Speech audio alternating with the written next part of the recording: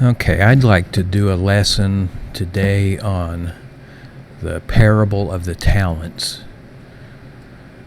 The parable of Yeshua as recorded in Matthew chapter 25, verses 14 to 30. These are the words of Jesus. The kingdom of heaven is like a man who was about to take a long journey. And he called his servants together and entrusted them with his property. To one he gave 5 talents, to another he gave 2 talents, and to another 1, to each in proportion to his own personal ability. Then he departed, and he left the country. He who had received the 5 talents went at once. He didn't waste any time. He went at once and traded, and he gained 5 talents more. Likewise, he who had received the 2 talents, well, he also gained 2 more talents. But he who had received the 1 talent went and dug a hole in the ground and hid his master's money. And after a long time, the master of those servants returned and settled accounts with them. And he who had received the 5 talents came and brought him 5 more, saying, Master, you entrusted to me 5 talents.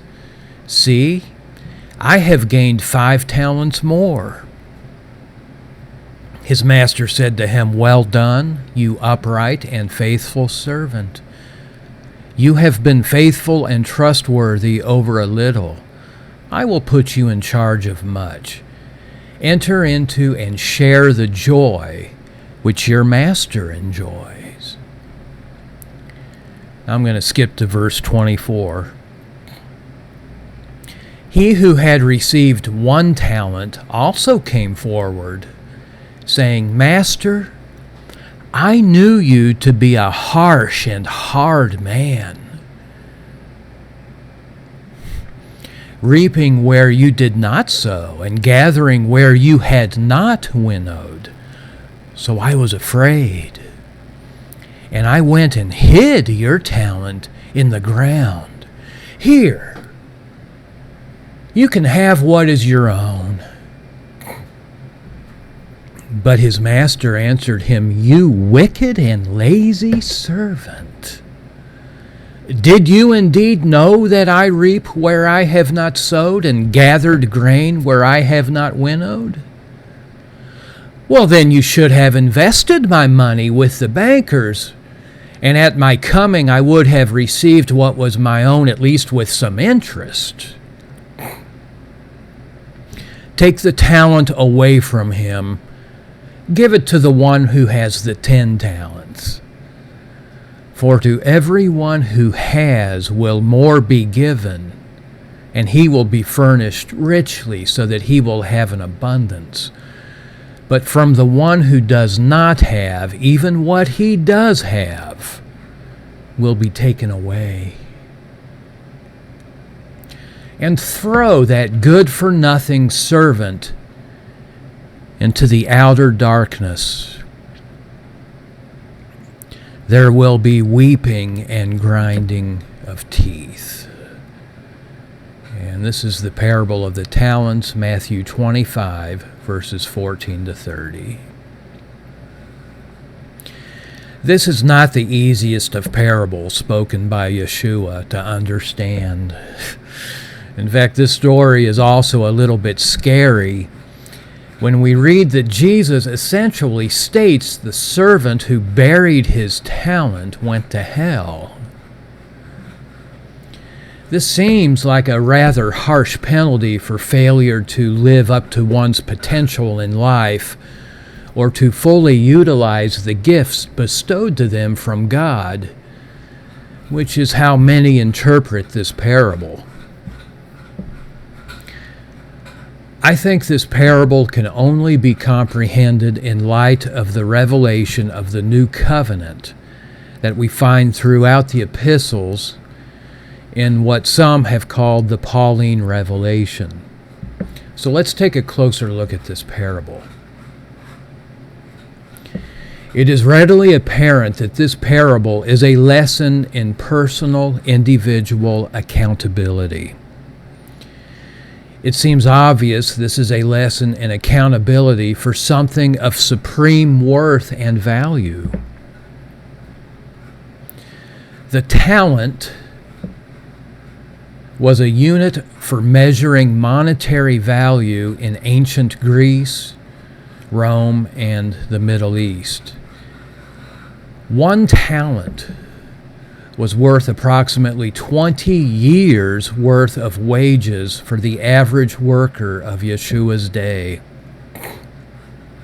So when the disciples heard Yeshua speak in terms of talents, they instantly understood he was talking about something of great worth, something of tremendous value. And this item of great worth was property of the man who went on a long journey. And he committed what was legally his to men under his jurisdiction with an expectation.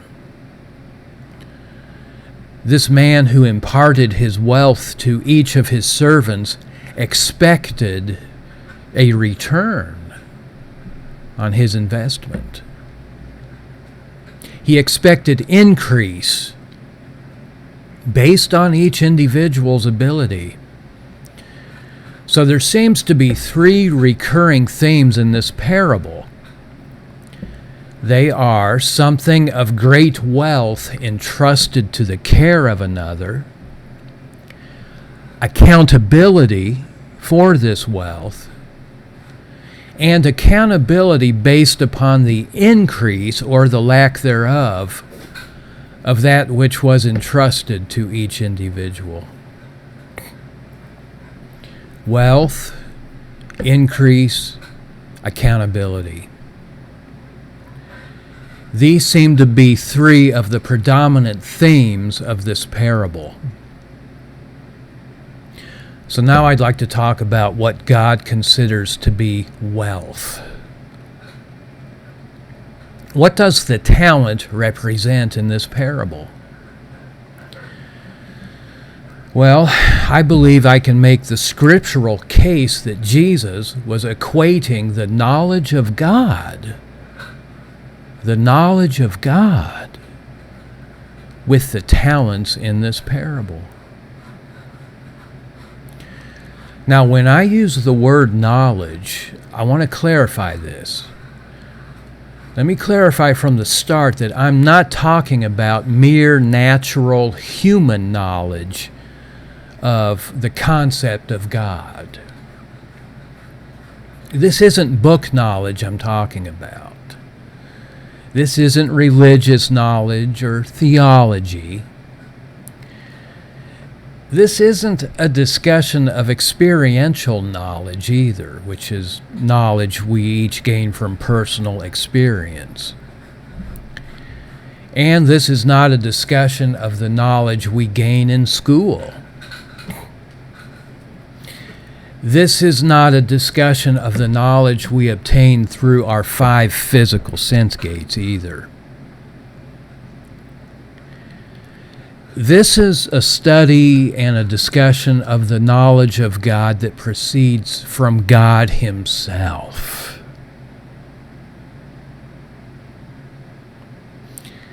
It proceeds from God, from God's Spirit, into the heart or the spirit of a man.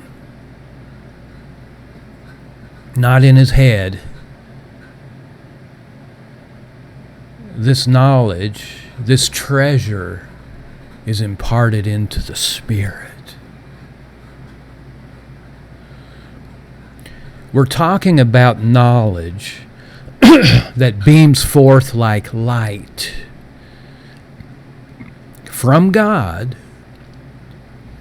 into the heart of man, or the spirit of man, or the inner consciousness of a man.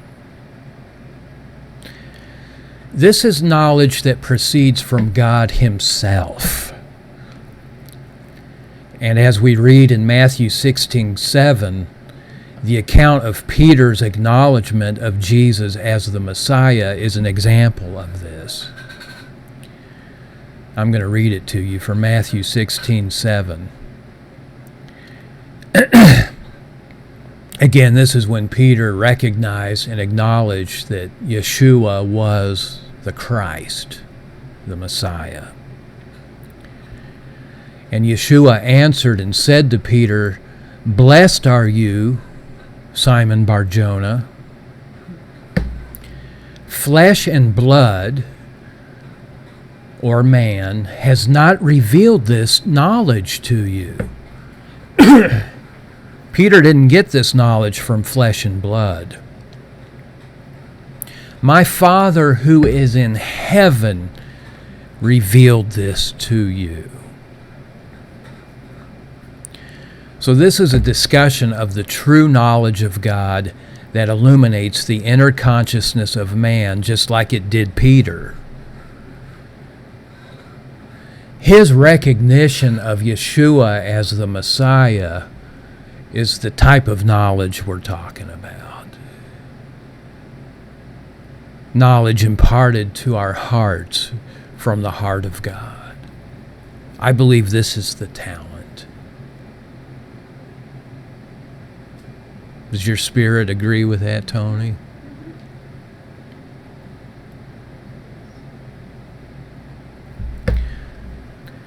Now, this is knowledge that unveils the majesty and the glory of God to the spiritual faculty of man. This knowledge, this consciousness, whose source is God Himself, springs from our spirits, not our minds. Now let's see what the Bible calls the knowledge of God throughout the New Testament. This knowledge is called light by Paul in 2 Corinthians 4:6, and I'm going to read it to you. For God, who said, "Let light shine out of darkness," has shone in our hearts, so as to beam forth the light for the illumination of the knowledge, there's that word, the knowledge of the majesty and the glory of God. This knowledge is called a priceless possession, so precious that everything else in this natural life is considered worthless compared to it, by Paul in his epistle to the Philippians. This is Philippians chapter 3, verse 8. Paul said, "I count everything as nothing compared to the possession of the priceless privilege, the overwhelming preciousness, and the surpassing worth of knowing God." This knowledge is called a source of divine power by Peter in his writings. We read in 1 Peter chapter 1, verse 3 to 9, that God's divine power has given us everything we need for life and everything we need for godliness, and this divine power comes through the knowledge of God. I'm reading from 1 Peter 1. God's power comes through His knowledge. This knowledge of God is sometimes called the knowledge of the truth, and we I mean, there's a lot of verses on this that refer to the knowledge of God as the knowledge of the truth. One example is found in 2 Timothy chapter 3, verse 7, which reads that these weak women will listen to anybody who will teach them, but are never able to arrive at a knowledge of the truth. This knowledge is called eternal life by Yeshua, as recorded in John's Gospel, the 17th chapter, in which Yeshua says, "This is eternal life, that they may know God, that they may have knowledge of the only true God." So according to Jesus, the knowledge of God is eternal life. Again, this is the kind of knowledge I'm talking about. It's not book knowledge. It's not education. It's more revelation than education. Now let's look again at 2 Corinthians chapter 4, verse 6, where we read that the knowledge of the majesty of God is manifest in the very person of the Messiah. And it reads as follows, that the illumination of the knowledge of the majesty and the glory of God is manifest in the person and is revealed in the face of the Messiah. So I believe Jesus used the talent, which was the largest measurement of currency used in his day, to communicate on a human level the value, the priceless nature of the knowledge of God. Knowledge that not only produces life, but is life itself. This is knowledge that not only produces light, but it is light. This knowledge not only expresses truth, this knowledge is truth. Again, I'm talking about the talents. Knowledge that not only unveils the very person of Messiah to our inner consciousness, but it actually builds the nature of Messiah into our inner consciousness.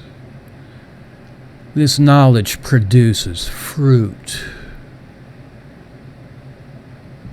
It increases. It grows. It's living.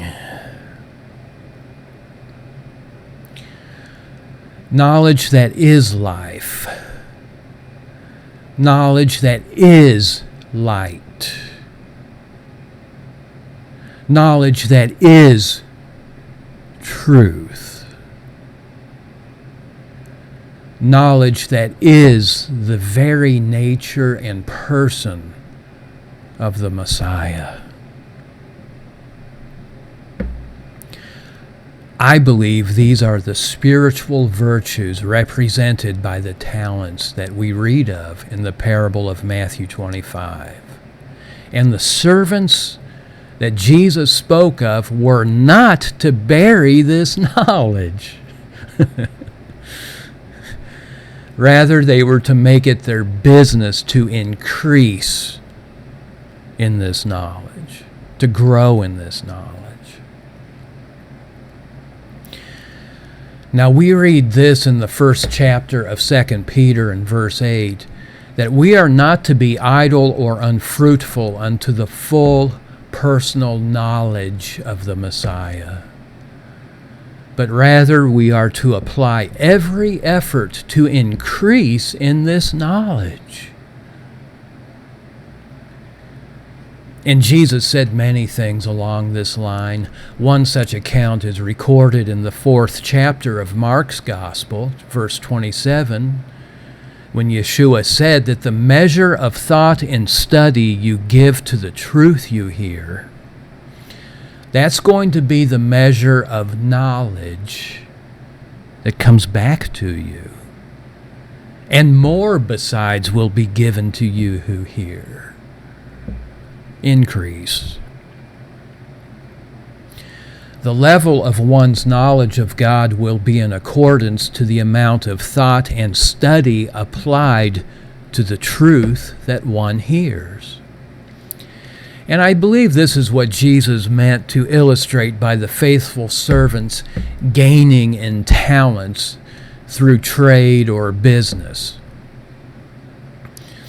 Those faithful servants made it their business to give themselves to the thought and study of the truth. They made it their business, or their duty even, to increase in the knowledge of the truth, to increase in the knowledge of God.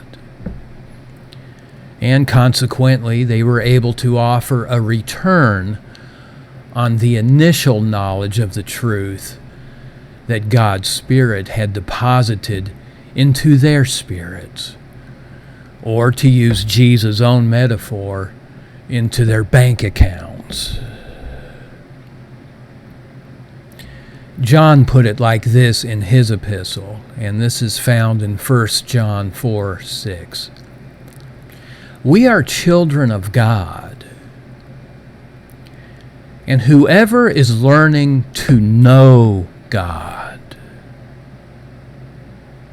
whoever is progressively learning to perceive, recognize, and understand God by observation and experience, whoever endeavors to get an ever clearer knowledge of God listens to us. And whoever is not of God does not seek the knowledge of God. Now, I find it interesting that John is able to separate or discern the true children of God from the false children of God. And he's able to do this by their diligence with respect to growing in the knowledge of God. Those who were ever learning to know God, well, those were the actual legitimate children of God, the true children of God. Excuse me.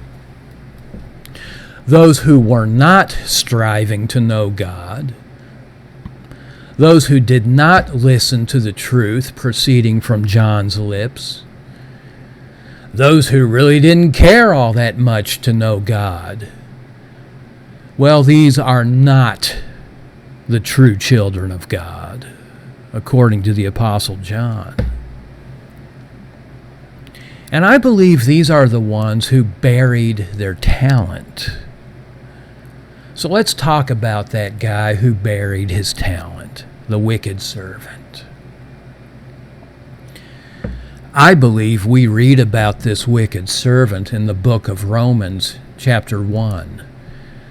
So I'm going to read there from the Amplified Classic. Romans 1:18 and 19. The knowledge of God, that which is known about God, has been made evident in the inner consciousness of all men, even men who repress and hinder the knowledge of the truth. There's that word again, knowledge of the truth. The knowledge of God was made plain in the inner consciousness of even the wicked, because God himself showed it to them. I know you won't hear this much in church, unfortunately, but I'm quoting from the Bible here. And I gotta ask, does not the phrase repress and hinder the knowledge of the truth, does that not sound like the servant who buried his talent? I think it does.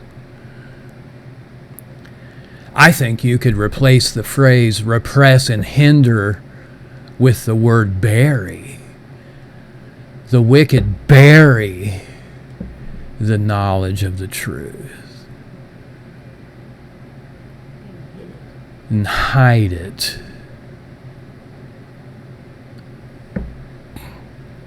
So you do see a parallel there, Tony? All right, good.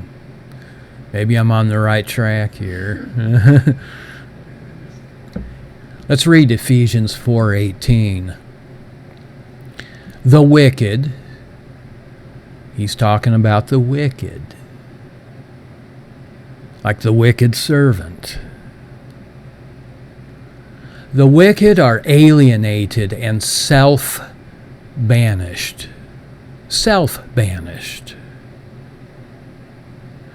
from the life of God because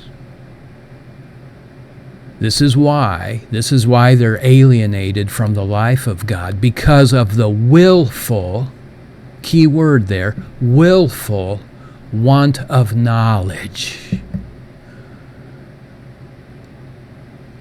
Wanting, lack of knowledge, deep-seated in them.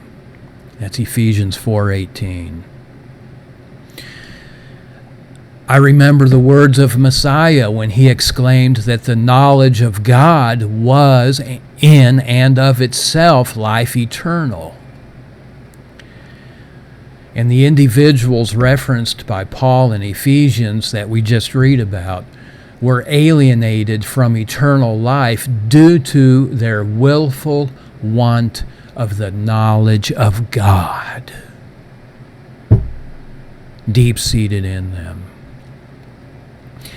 This verse in Ephesians carries with it shades of the wicked servant who buried his talent to me. I believe the burying of the talent and hiding it, thank you for bringing that up. It says he hid it as well. I didn't put that in what I wrote here. I believe the burying and the hiding of the talent represents a willful repression and hindrance of the truth that we read about in Romans. I believe the burying and the hiding of the talent is a type of the willful rejection of the knowledge of God.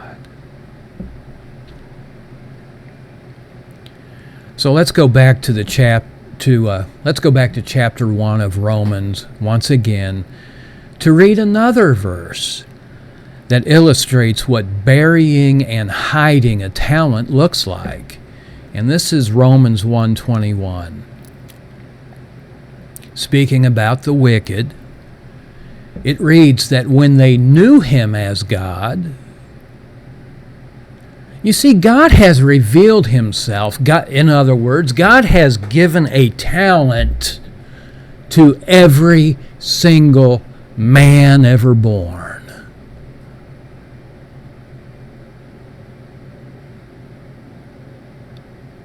I want that to sink in. God has given knowledge of himself, of his reality, of his existence, of his majesty, of his glory. He has imparted this knowledge, this light, into every man. But certain men have willfully buried it and hidden it and rejected it. Treated it like a dead thing almost, like you bury a corpse. And I'll get into that. Okay, Romans 1:21. When the wicked even knew him as God,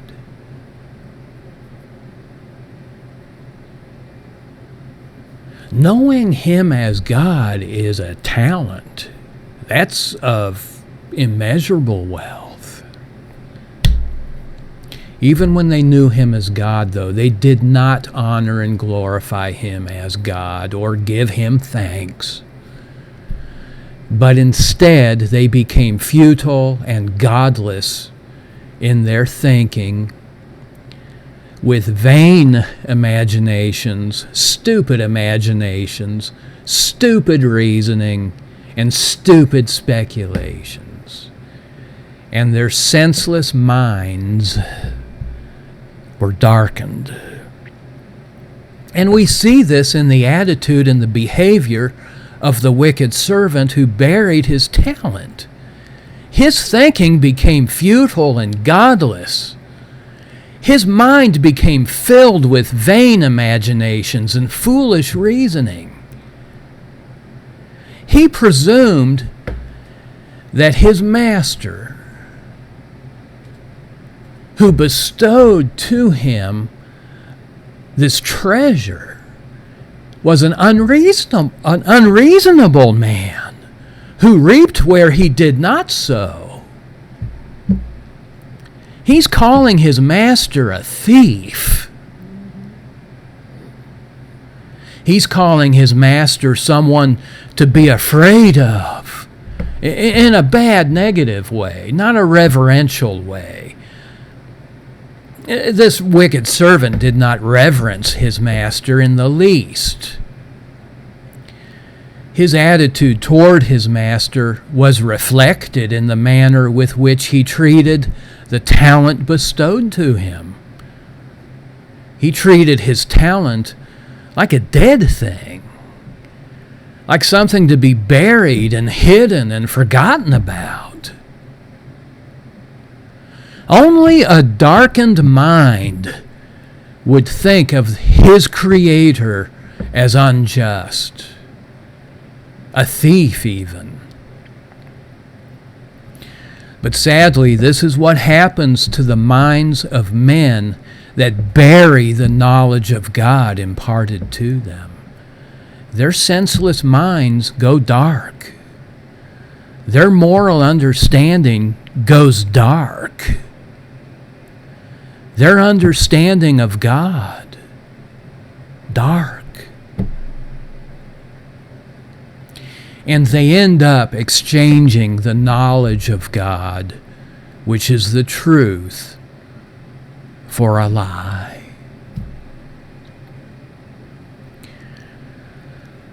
Okay, I think the bottom line lesson we can gather from the parable of the talents is really quite simple. Stay hungry for God. Continue to hunger and thirst after righteousness, in other words. God honors those who hunger to know Him with even greater understanding and insight into His ways, into His purposes, into His heart. Longing to know Him is how we grow in the knowledge of Him. Now, sometimes we have to stir ourselves up. I know I do, in order to pursue spiritual truth. But if we treasure the knowledge of God as we ought to, devoting ourselves to know Him becomes a labor of love and an exercise of gratitude for the unfathomable wealth that He has so graciously entrusted to us. Okay, that's all I got. Thank you, guys. God bless you.